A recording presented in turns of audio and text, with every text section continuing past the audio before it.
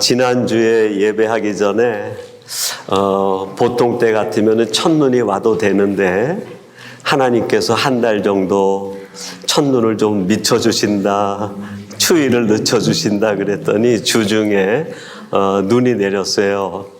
막 눈이 내리는데 아침에 저한테 카톡으로 몇 분이 문자를 보내주시더라고요. 목사님, 눈 와요. 제가 드디어 위니펙에 와서 눈 오는 걸 경험하고 이제 서서히 추워지는 것을 경험하기 시작합니다.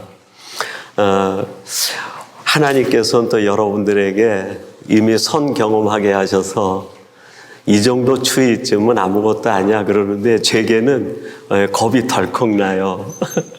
아마 신앙생활도 마찬가지가 아닌가 싶습니다. 우리들이 하나님 안에서 큰 은혜를 경험하고 나면 어떤 고난이 와도 이 정도쯤이야 하고 이겨낼 수 있는데 그 은혜가 약하면, 하나님에 대한 경험이 약하면 조그마한 것에도 덜컥 겁이 나는 것이 아니겠는가. 여러분들이 하나님 안에서 큰 은혜로 여러분이 어떤 일을 만나든 당당하게 모든 고난 속에서도 꽃을 피울 수 있는 귀한 하나님의 사람들이 되시기를 바랍니다.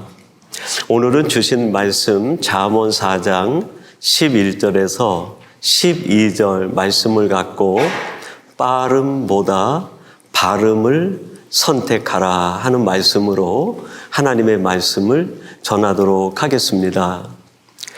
세계적인 인터넷 기업인 마이크로소프트사를 창업한 빌 게이츠가 2000년 밀레니엄 시대를 들어가는 기점에 책을 하나 썼습니다. 그 책 제목이 생각의 속도라는 제목의 책입니다. 부제가 달려있는데 그 부제는 속도가 미래를 결정한다 하는 부제를 달았어요. 그리고 책 내용으로 들어가면 여러 가지 제안을 하는데 그 중에 하나가 속도 경쟁에서 낙오하면 안 된다 하는 메시지입니다. 오늘 이 시대에 많은 사람들은 속도에 중독되어 있지 않나 그런 생각이 들어요.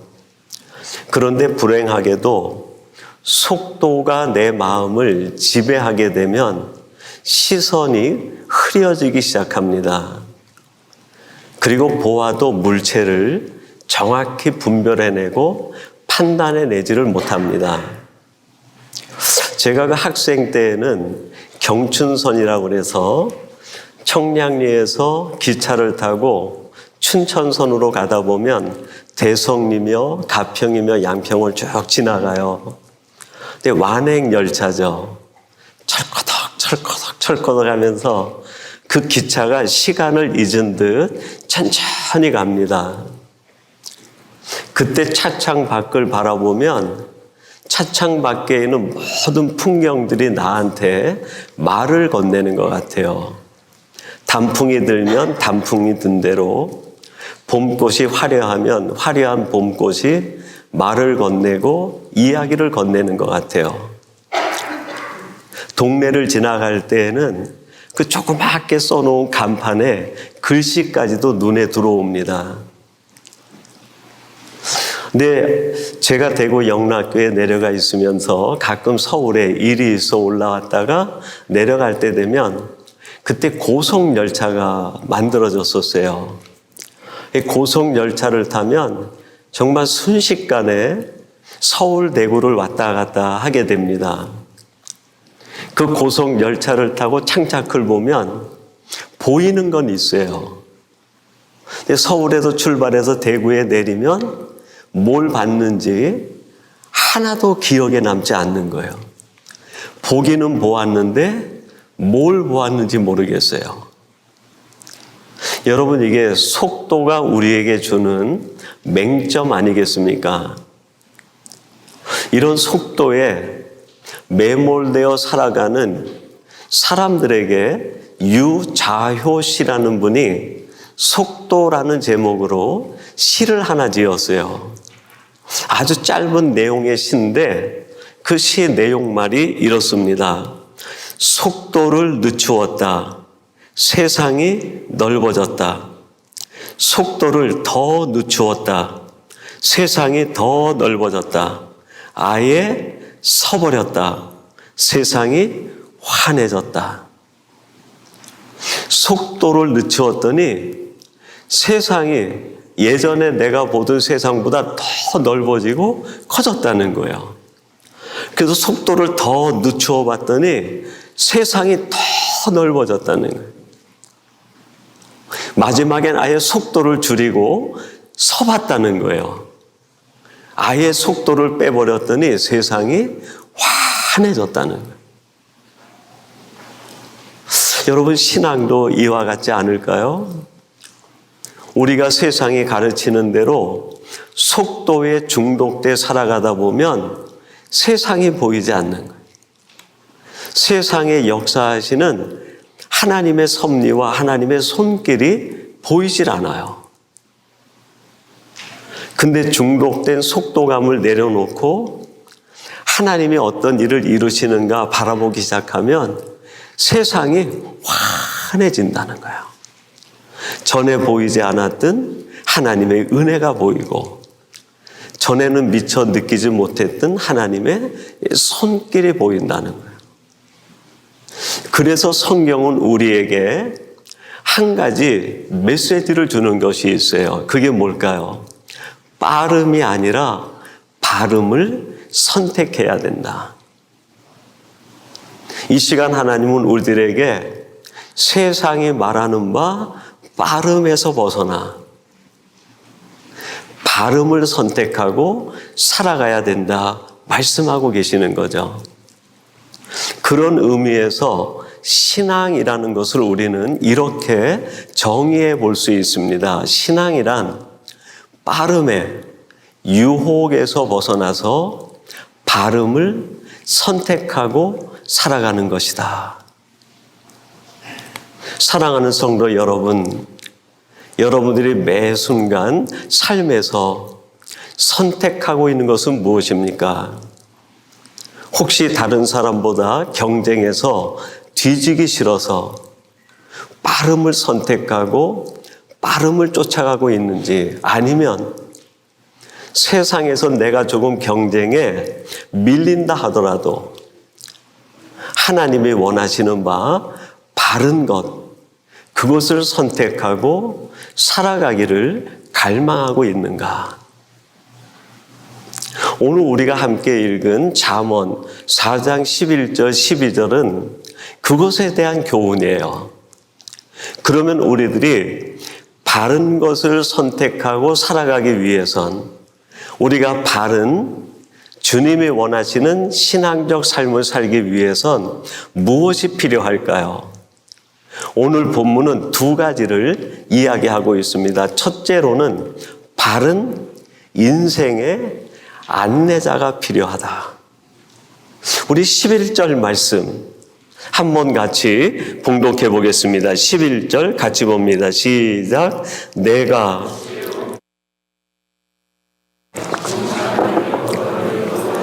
아멘. 내가 지혜로운 길을 내게 가르쳤으며 정직한 길로 너를 인도하였은즉, 내가라고 표현되어 있는데 잠언에서 말하는 내가는 지혜를 얘기해요. 누구의 지혜일까요? 하나님의 지혜. 그 하나님의 지혜가 우리 눈에 보이도록 인격적으로 드러난 분이 있는데 그분이 누굴까요? 예수님이세요. 예수님. 그래서 예수님은 지혜의 완성자요, 지혜 자체입니다. 그 주님께서 우리들에게 무엇을 알려준다고요? 바른 인생의 길을 알려주신다는 거예요. 내가 너희들에게 가르쳤은즉 알려준다 말씀하시는. 그래서 그 예수님이 이 땅에 오셔서 우리들에게 자신을 소개하셨어요.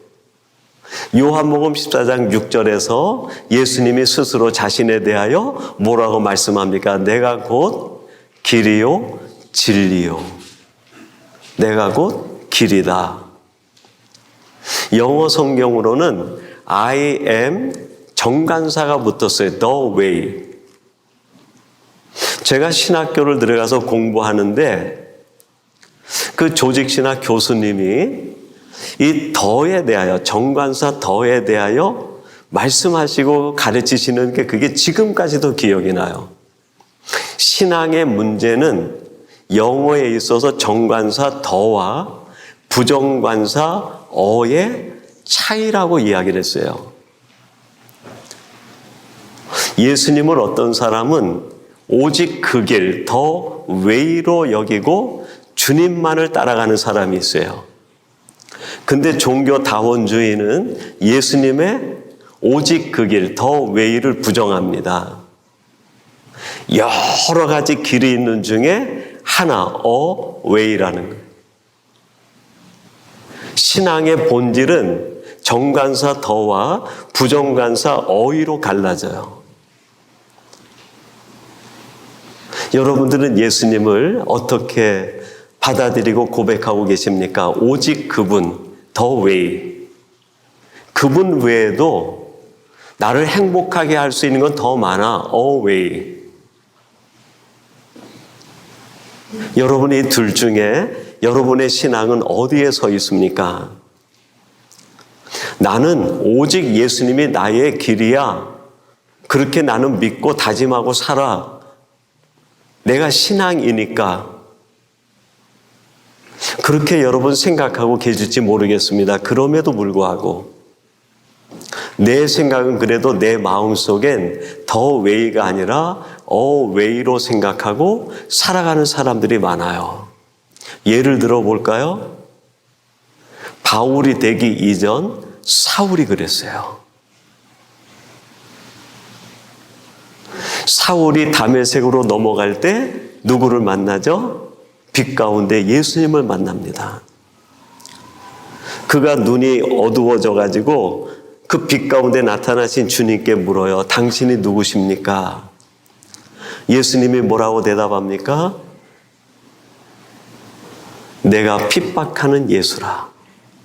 사도행전 9장 5절에서 나는 내가 박해하는 예수라. 여러분, 이것을 다른 표현으로 하면 이런 거죠. 내가 바로 이 땅의 유일한 오직 그 길, 더 웨이야. 인생을 이끌어가는 참된 안내자야. 그거를 사울에게 여러 번 알려준 거예요. 근데 사울은 거부한 거예요. 그리고 자기 마음에 다른 것들을 길로 삼았어요. 자기가 가진 지식, 자기가 가진 혈통, 자기가 가진 유대적 열정, 사람들에게서 얻는 명예, 권력, 그런 것 중에 하나가 예수라고 생각하고 왜 예수는 없어도 내가 행복할 수 있다 생각한 거예요.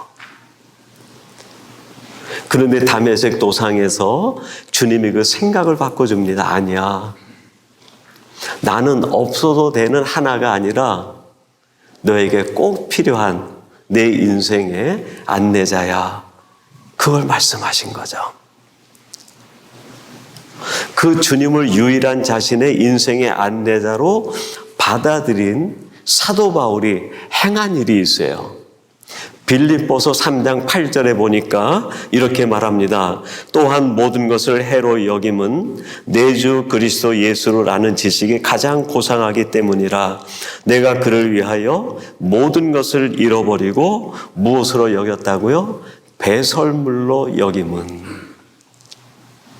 이전에는 자신이 가진 지식, 자신의 혈통, 자신이 가진 권세, 권력, 이것이 더 좋아 보였는데 참된 인생의 안내자 예수님을 만나고 보니까 이 모든 것들이 다 절대적인 것이 아니라 상대적이었다는 거예요. 그거를 다 배설물로 여겼다는. 여러분들은 어떻습니까? 정말 예수님만이 내 인생의 오직 유일한 길, 내 인생의 안내자로 여기시고 다른 것들은 없어도 살 수 있다. 그렇게 고백하고 살고 계십니까?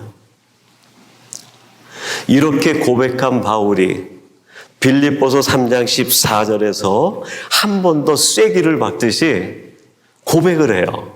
이렇게 고백합니다.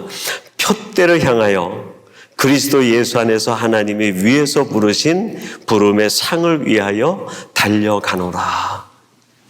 오직 표대를 향하여 유일하신 예수님, 내 인생의 안내자, 그분을 쫓아 달려가기로 결정하고 모든 것들은 내어버렸다는 거예요. 다메섹 도상에서 바울이 예수님을 만나기 이전에 그의 생각은 빨리가 그의 생각을 지배했어요. 속도가. 내가 빨리 무엇인가 해서 이 유대에서 가장 높아지고 유대인들에게서 가장 존경받는 사람이 되고 최고의 권력자가 되면 좋겠다. 속도에 마음을 빼앗겼던 거예요. 근데 다메섹에서 참된 인생의 안내자 예수님을 만난 뒤에 이게 바뀌어버려요. 아, 인생은 속도가 아니라 바른 거구나, 바른 거구나. 무엇이 바른 것인가?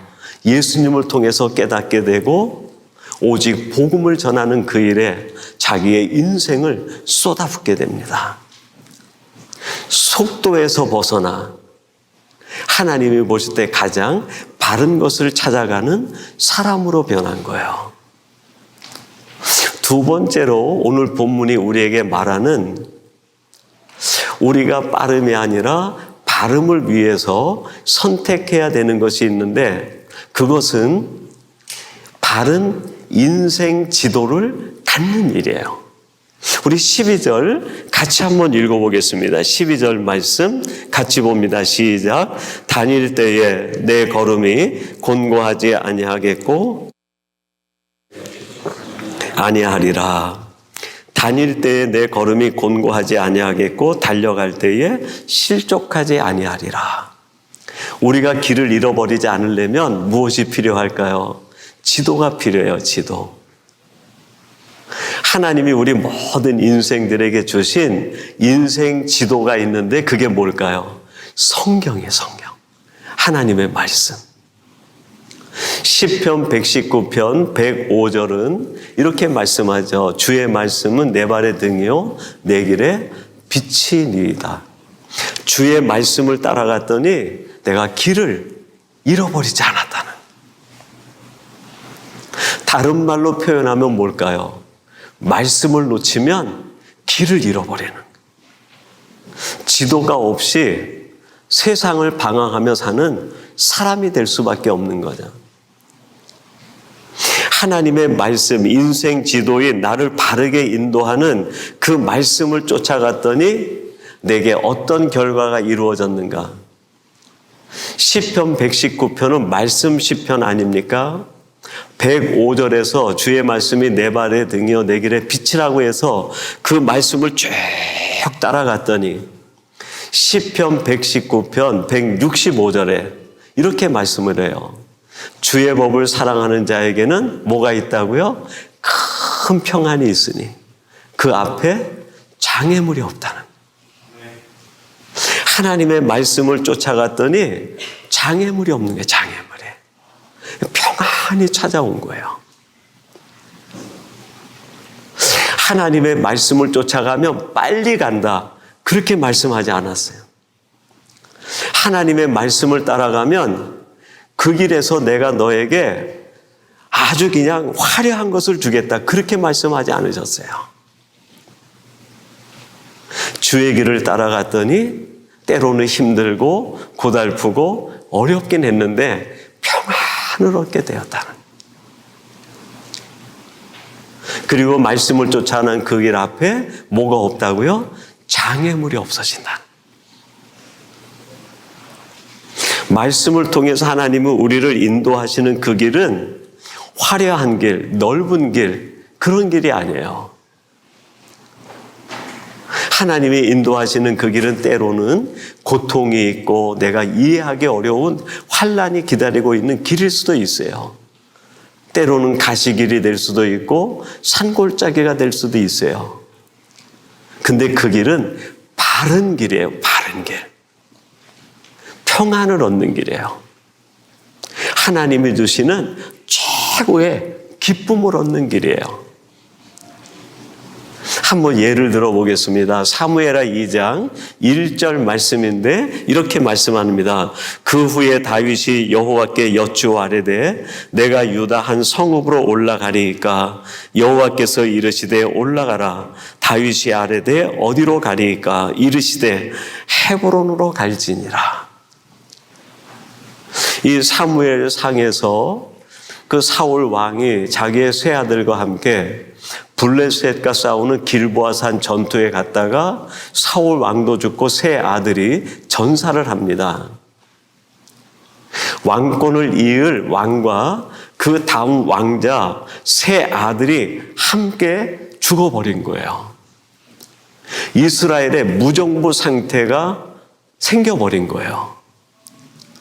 그리고 일부 많은 사람들이 사울 다음에 왕으로 세움받은 사람이 다윗이라는 걸 알고 있었어요. 다윗에게 찾아온 기회입니다. 예루살렘으로 그냥 올라가 가지고 하나님이 나를 기름 부어 세워주신 이스라엘의 두 번째 왕이라고 선포하고 왕권을 차지한다 하더라도 혼란은 있겠지만 문제는 없었어요.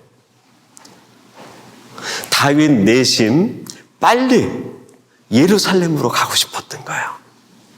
그의 마음에 속도라는 것이 지배하기 시작합니다.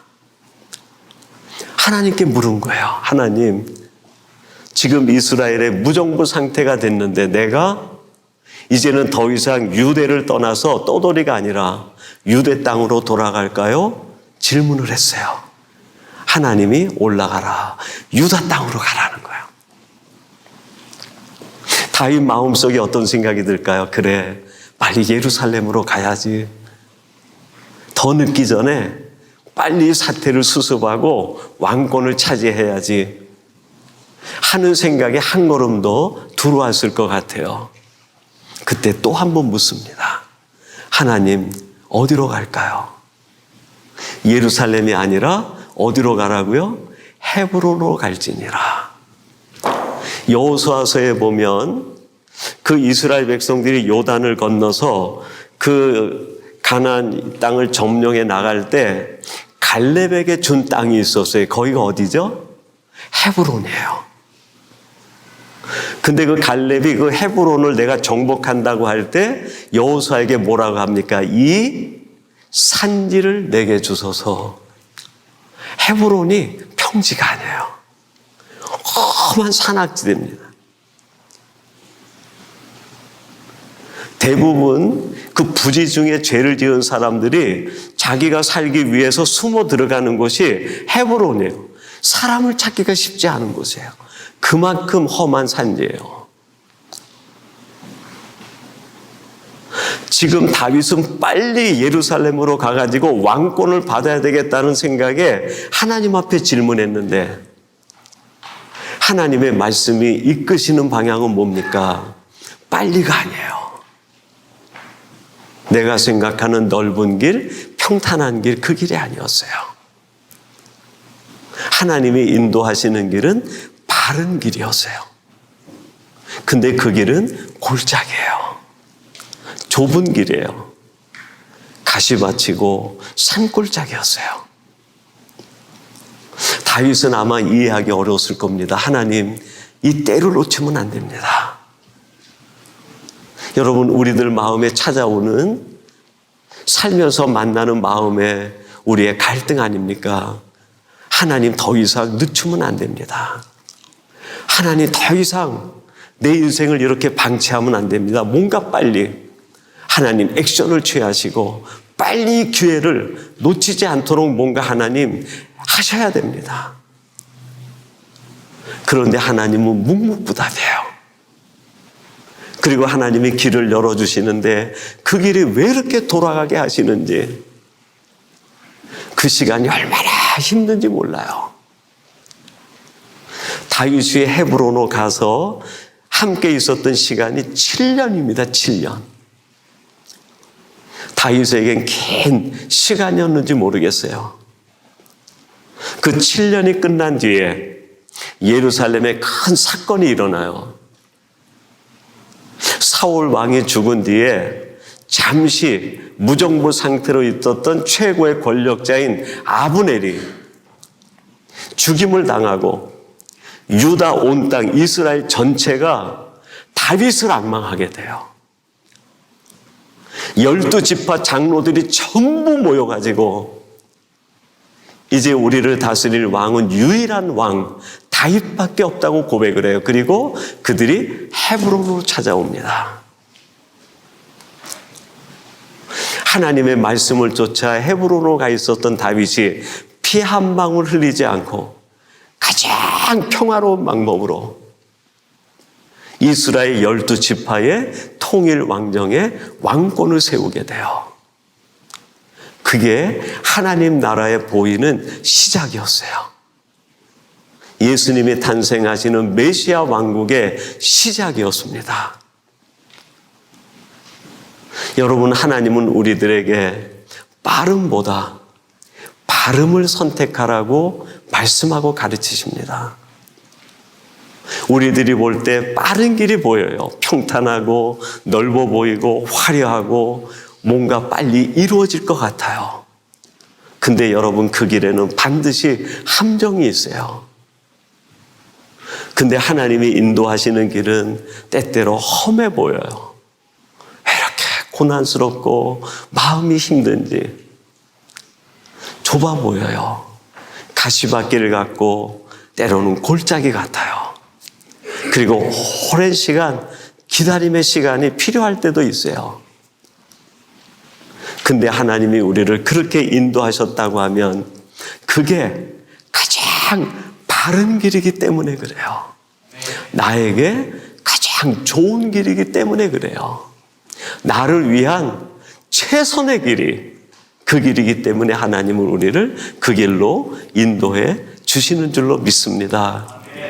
혹시 지금 내가 생각하는 빠른 길이 보이는데 그 길이 아니라 나를 자꾸 우회시키는 상황에 있다고 하면 너무 답답해하지 마세요. 7년이라는 숫자, 다윗이 헤브론에도 7년에 있었던 7이라는 숫자는 성경에서 완전 수입니다. 하나님의 수예요. 하나님은 여러분을 위한 지금 가장 완전한 계획을 실행하고 계시는 거예요. 나는 이해하지 못하고 내가 깨닫지 못하지만 지금 내게 하나님의 가장 완벽한 계획이 진행되고 있는 중이에요. 이걸 믿으시고 담대함으로 오늘의 삶을 이겨내시고 하나님이 이루시는 그날의 영광이 여러분의 영광이 되는 놀라운 축복을 누리는 복된 성도들이 되시기를 바랍니다.